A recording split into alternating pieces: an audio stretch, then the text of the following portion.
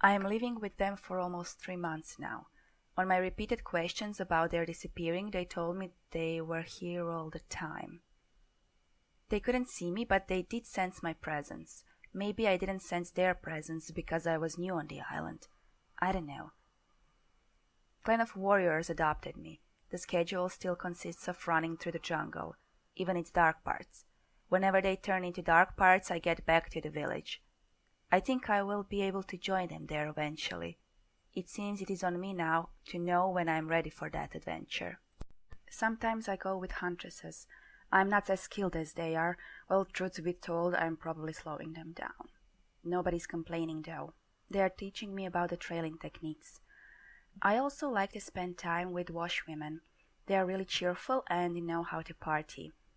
Women whose job is fishing and food gathering, well, they told me I was very lucky with that fox-like creature. That first fish I caught has poison their ancestors used to apply on the arrowheads to kill every enemy that is scratched by them. And those berries my fox refused to eat, they are used for the potion that clears thoughts and makes one's mind sharper. Too much of them overloads the brain and kills the person that took them. I don't see my fox anymore. Sometimes I can feel her licking the scratches on my arms and legs, in the darkness of my cottage. But when I open my eyes, she is not there anymore. Every night I leave some food for her at the entrance of my home. Sometimes the plate is empty in the morning, and sometimes it's not. There are also these healing women. I call them that even though that is not the official term. As I gathered, 3 of them are apprentices of the oldest woman in the village. Don't let that label fool you. She is maybe a few years older than me. Her job is storytelling and guiding. Her apprentices are doing their best to learn all the stories the leader shares. That is somehow important for the whole village. I am ashamed to admit to myself that I do not know the names of the women here. Any name. I think they don't even have them. Either that or they are hiding them from me. When I want to call them, I just say, "Hey," and always the right woman reacts. Weird, huh? Well, there are weirder things here. For example, no one has periods, no PMSs, no ups and downs. There are fights sometimes, but women handle it pretty civilized, if knife fighting can be considered that. The winner of the duels is the winner of the argument. No one holds any grudge towards the others. Sometimes some people drop by. They stay for 1 day and 1 night. Then they are gone. Some talk to the old lady. She asks all sorts of weird questions and they are answering them. I always wondered why do they talk to her so openly. I asked one visitor about it and she just shrugged her shoulders. The only way to get better is to talk about whatever she wants to talk about, even though that is not the reason one came here. After the conversation with the old lady, apprentices take care of the visitors. They help them meditate and gather their strength for what lays before them. Some visitors are here to party, or at least that is how it seems to me. They come, they drink that potion that enhances the mind, and then they are set free to discover whichever part of the island they want to. There is this one guy. He was here a couple of times. Every time he was here, he spent a day full of adrenaline rush.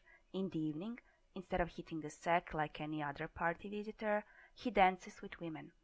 The tribal fire stirs the blood of women. He uses that to invite them to join him in his cottage. Every time he does that, every woman accepts. Sometimes he invites more than one woman, and they all accept.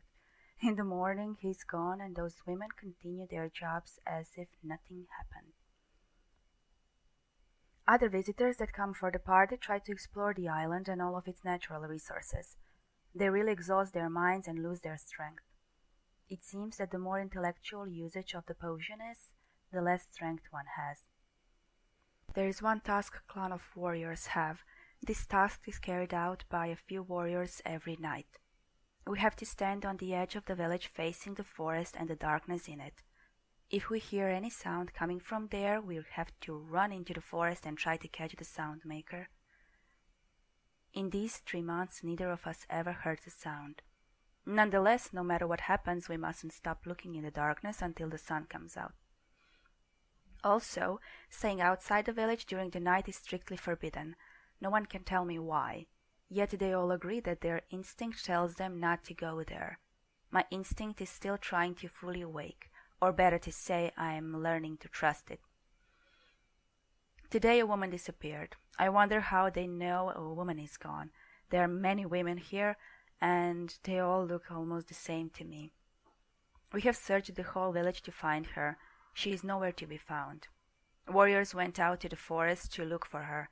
I wanted to come too, but they didn't allow me. They came back empty-handed. The old lady just shrugged her shoulders and continued with what she was doing before they came to report on their findings. Or better say, the lack of their findings. I was trying to find traces of emotions on women's faces. They seemed a bit sad, so I walked to one of the old lady's apprentices and asked her why they stopped the search and why aren't they more sad. She looked at my legs and told me to follow her. We went into the forest. The walk wasn't long and the ground on which we were walking was pleasant to my ankles.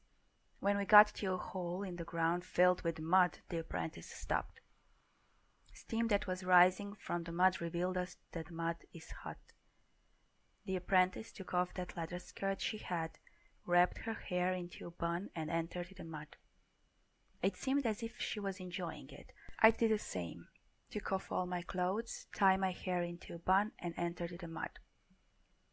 Mud bath was big enough for a grown woman to lay in it and not touch either of its edges.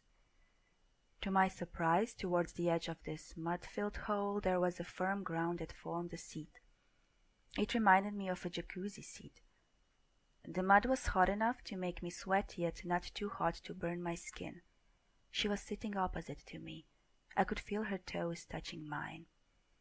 I leaned on the bank of this mud bath and closed my eyes. This feels so good. I don't know how long was I in here. When I realized, I asked the apprentice something and never got the answer. I opened my eyes and saw her watching me.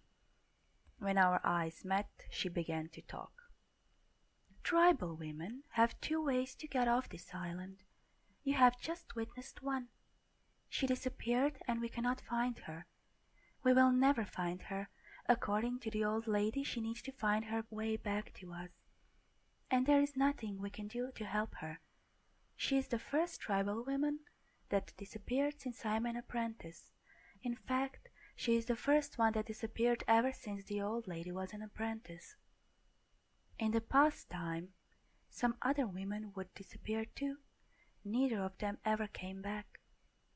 We were all aware it can happen to any of us, but we do not know what circumstances lead to the disappearing. Since we cannot influence it, we do not worry about it. We miss her today, but tomorrow is another day. She was here, and now she is not. Life goes on. I'm shocked.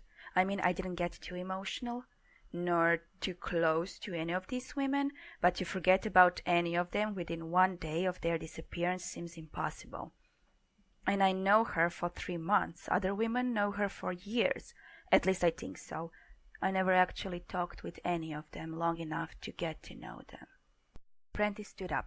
She is getting ready to leave Mudbath. Wait. You said there are 2 ways for tribal women to get off the island.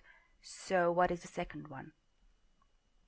As she was getting out of the mudbath, she said, Remember that washwoman we made a party for last week?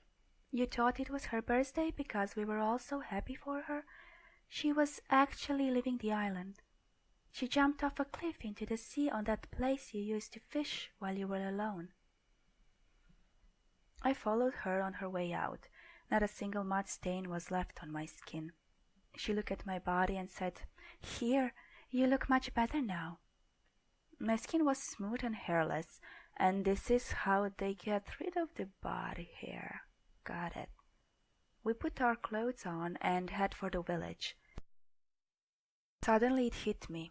That cliff is so high that the jump of it kills you no matter how good jumper, swimmer, diver you are. She turned towards me as if she could hear my thoughts and smiled.